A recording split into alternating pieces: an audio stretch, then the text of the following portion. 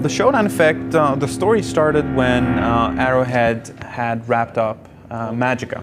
And I met with them and we had a long sit down, and we might have consumed some beverages during this long sit down, and we had a discussion about what to do next. And as with all discussions with all game developers, we started complaining about how games aren't as good as they used to be and how things were better back in the days. And the days being the 90s in our case. And we talked about the fun kind of games we played during the late 90s that can't be found on PC anymore because they've kind of moved on to a console space. We started talking about what we could do, and I had written an old concept called Shoot, which I showed to the Arrowhead guys, and they loved it, and they took it and changed it, and we updated it, and that's what then became the Showdown Effect. And the Showdown Effect is essentially a 2.5D online action brawler, shooter, stabber, meme-a-thon simulator, basically. It could be, the most direct description is, imagine Worms in real time, but with movie characters from the 80s and 90s. And it's all about not killing your friends, but killing them in the coolest possible manner. It's just done with both. You essentially start off by choosing a stereotypical character. The game features 6 of them, and you then select 2 weapons, and each weapon has a number of different skins. So you could have a bazooka, or that bazooka could be a ram bow with explosive tip, for instance. And then you dress up your character in a bucket, bionic legs, and maybe a ninja outfit, or maybe you have a red cape where you might be dressed up in a knight's armor. And then you just jump into the match, and we have 2 environments, and we have 2 levels in each environment. And it's a Neo-Tokyo environment, and one is set in medieval England. And basically then you and up to 7 other players just duke it out in this online environment across 3 different game modes. Team-based and free-for-all game modes. And you have to get as many kills as possible and do it in creative ways. Gameplay-wise, it's similar to maybe Smash Brothers, but with miniguns. And I think that Sony also has equivalent on their side, basically. But this is the kind of game that you don't see on PC anymore. It moved on. There was a game in the late 90s called Soldat that was fairly close to that, and also another game called Hunter Hunted. Exactly. It's all about jumping, running, sliding, throwing yourself through a glass plate window and grabbing somebody and slamming them into the ground, and then impaling them with a sword, and your character will say "stick around" or something stupid like that. So, and then each character also has a weapon, an item slot, which is for a special item, like a personal shield or a health pack or stuff like that. And that's a power that regenerates. And then each character has a unique ability as well. I mentioned that we have 3 game modes, but we also have kind of a 4th game mode, which is we have custom rules. And this is very similar, again, to the 90s GoldenEye.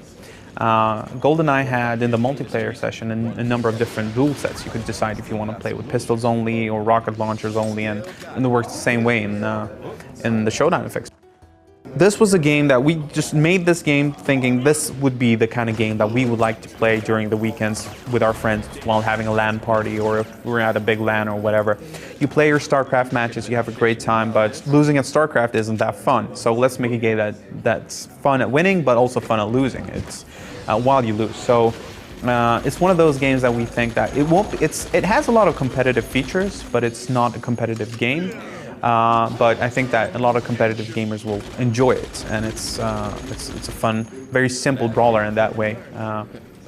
But it has a lot of depth to it anyway. We decided that it couldn't just be fun to play, but it also had to be fun to watch, because we know that at the end of the games, we end up in situations where just 2 players are left and they're trying to duke it out, and the other 6 players are just looking at them and just watching the cool final moments of the game. And since we knew we were building those kind of moments, when we heard that Twitch TV was building an SDK, I immediately thought, you know what, this is perfect for the Showdown Effect. Let's just integrate that in and let every player just with a single press of a button start broadcasting their matches. So as we roll out the beta, that will be integrated into the game, and players can just stream the gameplay and the kills. Ooh, nice day. Arrowhead has a very important design principle whenever they design anything, and their main rule is that a game for everyone is a game for no one. So that's kind of a non-compromising attitude that they have, is that if there are two ways to do something, and one way is the path that most people take, or they know that it will appeal to more people, while the other one will perhaps be more fun, but it won't appeal to everyone, they'll do the latter. They'll prefer to do stuff that some people might not like, but it's very unique in its own sense. From the get-go, we tried a version where you didn't have to aim directly on the enemy characters. Just pointing in the right direction meant that the bullet trajectory would probably connect with your enemy. But once we changed that, it became much more of a skill-based thing, and it also meant that it brought down the tempo of the matches. You couldn't just kill people just by standing at the end of the hallway and just unloading your M60, right? So it became a natural fit. We looked again at Smash Brothers, and what happens in Smash Brothers is that you have two characters that approach each other, and then they exchange blows and blocks, and they just fight and dance around each other, and then they disengage, and then they engage again. And we wanted to have that kind of dance of death, where you just run in, exchange blows, and then back off, maybe you bandage for a bit, and then you attack again. So it's a very fluid back and forth kind of thing, almost reminiscent of some of the fighting scenes in Crouching Tiger, Hidden Dragon, where they're jumping across the stuff. It sounds silly, but we were really going for that kind of flow in the gameplay, and that's where it came back. And the aiming mechanics really tie into that, and then worked in a great way. 10-4. Like to remain. Almost every aspect of the game is over the top. Like everything characters say, all the size of the weapons, the amount of ammo, the muzzle flashes, everything is over the top. So like immediately we were like, of course you can block bullets. Like why wouldn't you? So you might even have a pillow, and a pillow will be as good as deflecting a bullet as a rocket or a sword, because it's a weapon, right? And you can kill people with that. So they spent a lot of time with just making sure that stuff's exaggerated. We're starting the beta signups in the next week, so that's around the 19th of December. Then the beta will start in January and run through February, and we're launching the game in March at $9.99 on Steam for PC and Mac.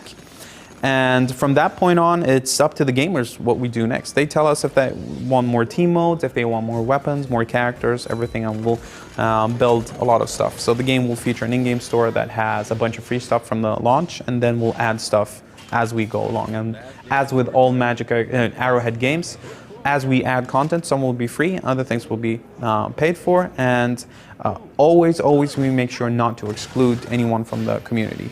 So if we release maps, they will always be free, so people can always take part of all the content. And even if you don't own the DLC, you can always play on the maps as long as somebody else is hosting. People need to play it and tell us what's OP and what isn't, and we'll find a balance between all those things. And the fun thing about balancing, and this is a fun story from the QA session, is that we have a number of pistols in the game. All the pistols just happen to have the exact same stats, right? But they look different. So we sent it to the QA department, and we got tons of bugs saying that, okay, the Glock is way too overpowered. They just were complaining, and they were like, it's so imba, but because they tried playing pistols only. And we were like, guys, they're all the same. So, and that's something that you notice, because we talk a lot to the fans and players on the forums, and people are always complaining about balance, right? But what's actually in balance and what isn't, it's hard to gauge. But for Magicka, we patched the game so many times, and we did so many balance changes, and we'll do a lot of balance changes for this game as well. And I'm hoping that in the custom game modes, you'll be able to tweak the values yourself. I think that just like in the same manner that if you talk to different communities of friends and gamers, you notice that everyone had their own set of GoldenEye custom rules that they played when their favorites, right? And I think that people will find their favorites as well. Pistols only, rockets only. I personally love stuff that explodes. So I want rocket launchers, grenade launchers, stuff like cluster bombs. Like, I love the banana bomb in the game.